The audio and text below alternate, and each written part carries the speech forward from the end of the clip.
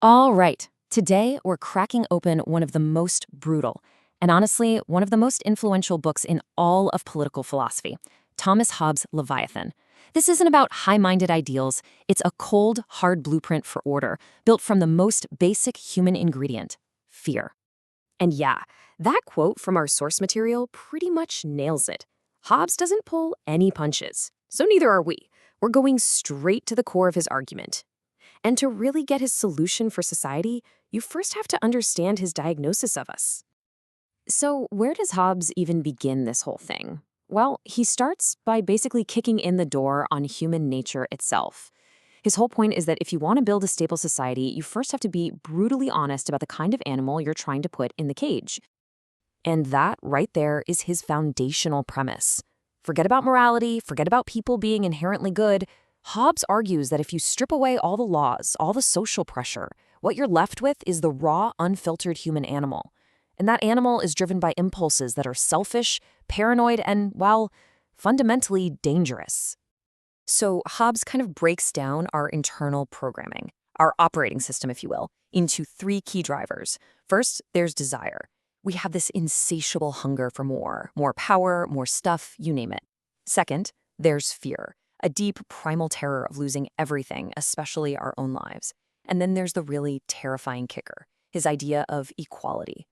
Now, this isn't about equal rights. For Hobbes, equality means anyone has the ability to kill anyone else. The strongest person has to sleep sometime, right? And even the weakest person can pick up a rock. Okay, so you've got these core drives, and Hobbes says they inevitably always lead to conflict for three big reasons. Number one, competition. We both want the same thing, so we fight for it. It's that simple. Number two, diffidence, which is really just a fancy word for distrust. I'm afraid you might attack me to take my stuff, so I'm going to attack you first just to be safe. And number three, glory. We will literally fight over a mean look or an insult just to build a reputation so that people know not to mess with us. Which, leads to the big question here. It's the logical next step in his whole thought experiment. If this is really what we're like deep down, what does a world full of these creatures actually look like when there's nobody in charge? And his answer? It is absolutely terrifying. He calls it the state of nature, but you should probably think of it as the war of all against all.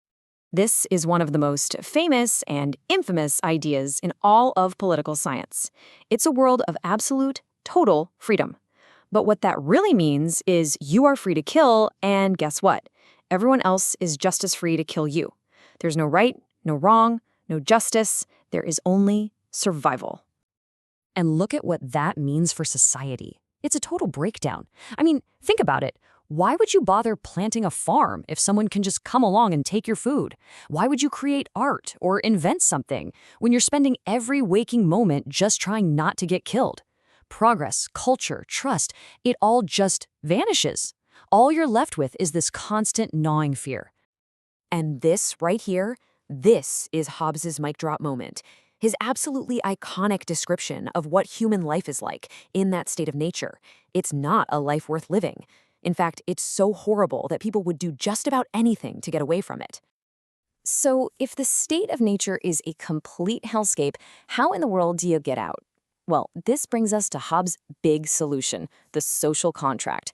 But just so you know, it's not exactly the kind of friendly handshake agreement you might be picturing.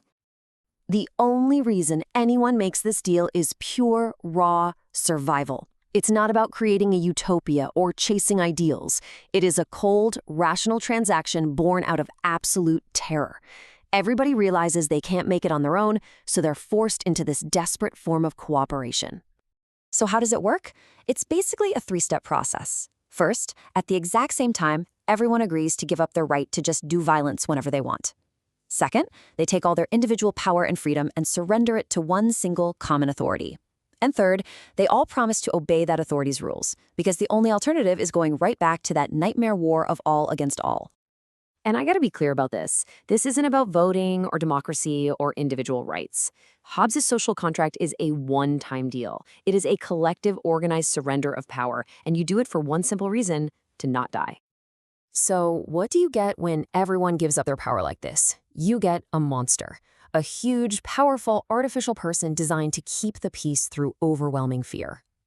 He calls it the Leviathan, after that giant sea monster from the Bible. And this Leviathan is the state. It doesn't really matter if it's a king or a parliament or some committee. What matters is that its power is absolute and it can't be divided. It holds a total monopoly on violence, and its main job is to scare everyone so much that they behave themselves. So this is the brutal choice Hobbes puts in front of you. On one side, you have an all-powerful sovereign who might be a total tyrant. They might be abusive, unfair, you name it. But on the other side, you have the state of nature, where everyone is a threat to you all the time. For Hobbes, the choice is a no-brainer. Yeah, a bad ruler is bad, but a world with no rules at all, that is infinitely worse. Okay, but a lot of people ask, why? Why does the power have to be absolute? Why can't we have checks and balances? Why does one person or group have to hold all the cards? For Hobbes, the answer is dead simple, because any division of power just creates a new reason to fight. If the king and the parliament disagree about who's in charge, well, who settles the argument? They fight it out. And that fight is called a civil war, which throws everybody right back into that state of nature. For Hobbes, a sovereignty that's split is no sovereignty at all. It's just a civil war waiting to happen. All right, let's kind of pull all this together and look at the core philosophy that's driving everything here. You have to understand, Hobbes is not interested in building a perfect society. He's a pragmatist. He's interested in what works, and he believes that when push comes to shove, survival always trumps ideals. This brings up a really key point in Hobbes' thinking. He completely redefines what freedom even means. For him, true liberty is not license. That's the total freedom to do whatever you want, which is just the chaos of the state of nature. No, for Hobbes, real liberty is the freedom you have within the protection of the law. You're free to do anything the sovereign hasn't made a law against. You are safe. And for Hobbes, that safety is the most important freedom there is. And this is exactly why he thinks rebellion is like a cancer on the body politic. To him, it's the ultimate crime because it threatens to tear up the whole social contract and plunge everyone back into chaos. Really, the only time you are ever justified in resisting the sovereign is if the sovereign fails at its one basic job, protecting your life. If the state is actively trying to kill you, well, then the deal's off. You're back in the state of nature and you have every right to defend yourself. So when you boil it all down, here are the iron truths of Hobbes' world. Fear of a violent death is the only thing you can really count on to motivate people. The peace of the whole community is always more important than the freedom of any one individual. Justice isn't some grand cosmic idea. It's just doing what you promised to do in the contract. And finally, power has to be absolute, or it's not really power at all. And in the end, that's the choice. That's the stark, brutal dilemma Hobbes puts on the table. It's a bleak and totally uncompromising vision of politics, and it forces us all to ask a really uncomfortable question.